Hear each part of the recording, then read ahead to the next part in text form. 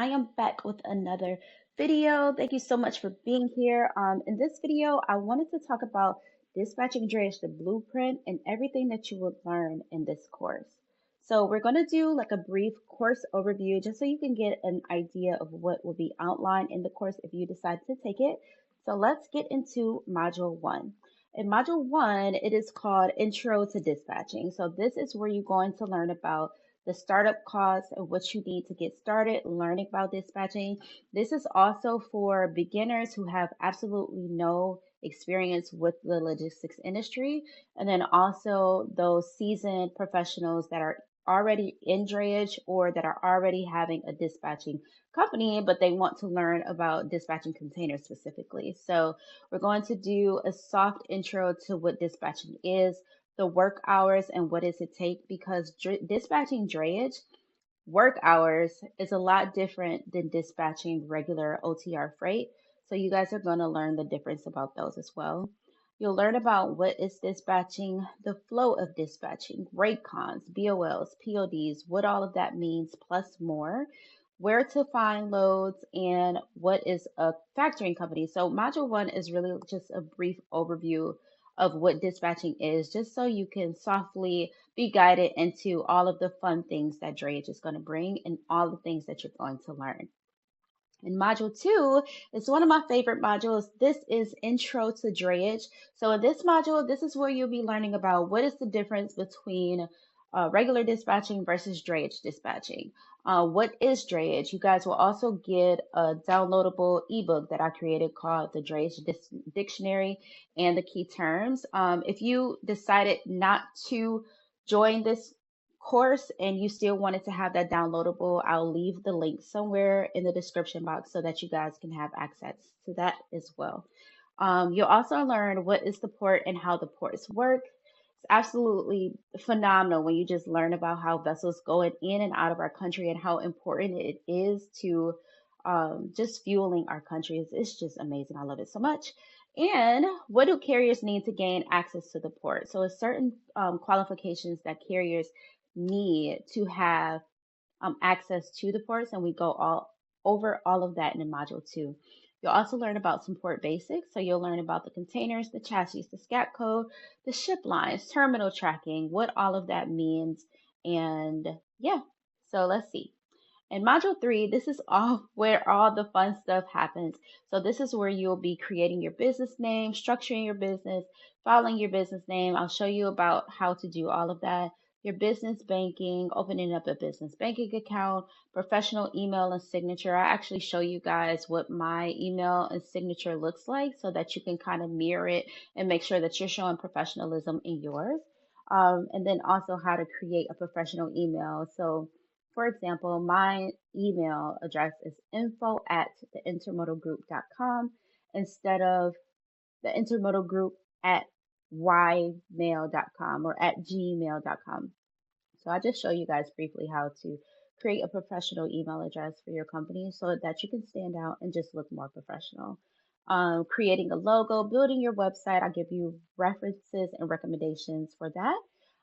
Business phone number, QuickBooks and other accounting software, and factoring company. Also, in module four, you'll be learning about building your business. So this is where we really get into the meat and potatoes of how to build your business. So first, we start off with a mindset check just to make sure that you guys are ready, set to go for all of the information that you'll be learning. You'll learn what is a carrier, what is the difference between a carrier and a driver, how to find the carriers, um, how to choose which ports to work out of, what is a broker, where to find brokers, what is a freight forwarder, where to find freight forwarders, and then what is the difference between a freight forwarder and a broker. Now, these seem like simple little cute little bullet points in this video right now, but I really dive deep into digital marketing. I have a digital marketing background. So I really dive deep into digital marketing and just incredible strategies on how to find the people that you're looking for so that you can increase your business. Okay. In module five, this is all about onboarding your carrier. So first you need to know how to choose the right carrier to work for, how to vet the carrier, so some mistakes that I've made, and then just making sure that you are attracting the right carrier for your company. that works best for your personality type, right? Onboarding calls with your carriers, you will hear some live calls from me. Carrier dispatcher agreement, I have some templates that you guys can use and customize so that it reflects your business specifically.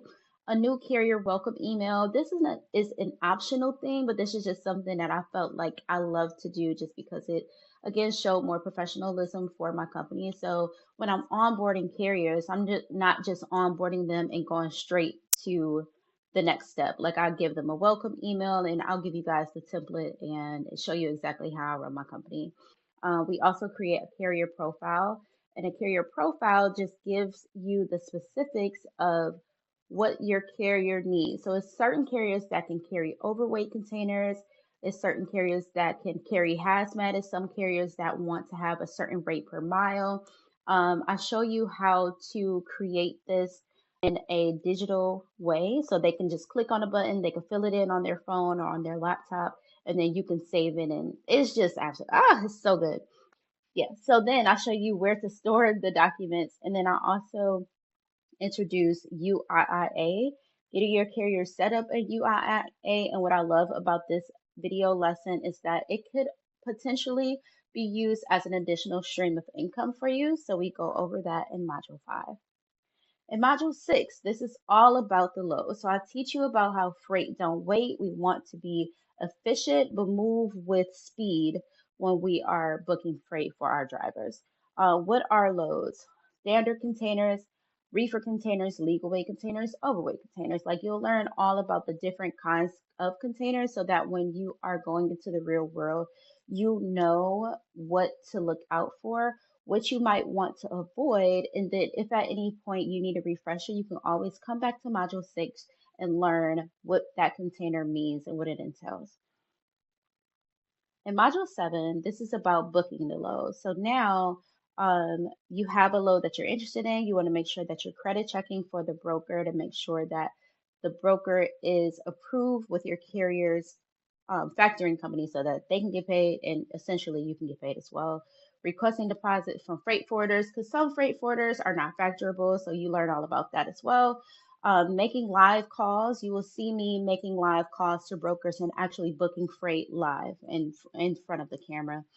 Sending out quote requests, accessorial fees, what all of that means, completing the carrier packet, documents that you need for the load, sending your carrier to pick up the load.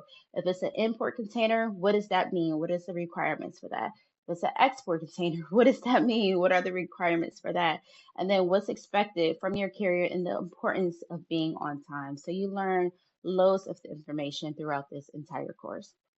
In module 8, now you've booked the load, you want to monitor your load. So we go over like terminal tracking and container tracking, which is essentially just getting on the terminal's website and checking to see the status of that container and if it's ready to be pulled. And if it's not ready to be pulled, what to do if the container is on hold. What does it mean for the containers to still be on the vessel? What to do if accidents occur or if delays happen, and then documents that you need from your carrier once the load is complete. Okay, so we go over all of that in module 8. Module 9, congratulations, you've completed your first load. So your carrier has completed the load. Now what? Like what's expected and how do you button all of this up to make sure that you can do it properly again and again?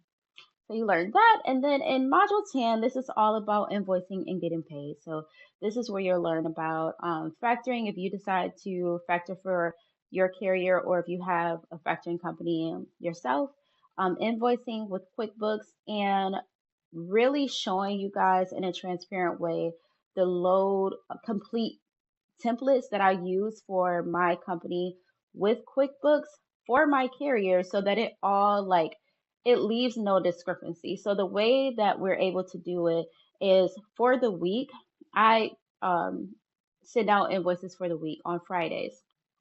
So just to explain this a little bit more, I send out the invoices on Fridays, and then I also export from my TMS system the loads that they ran, the container numbers, the route that it was, the amount that it was. Like it lays out everything in a systematic way so that they are not confused on why they have to pay, let's say, $1,000 for that week.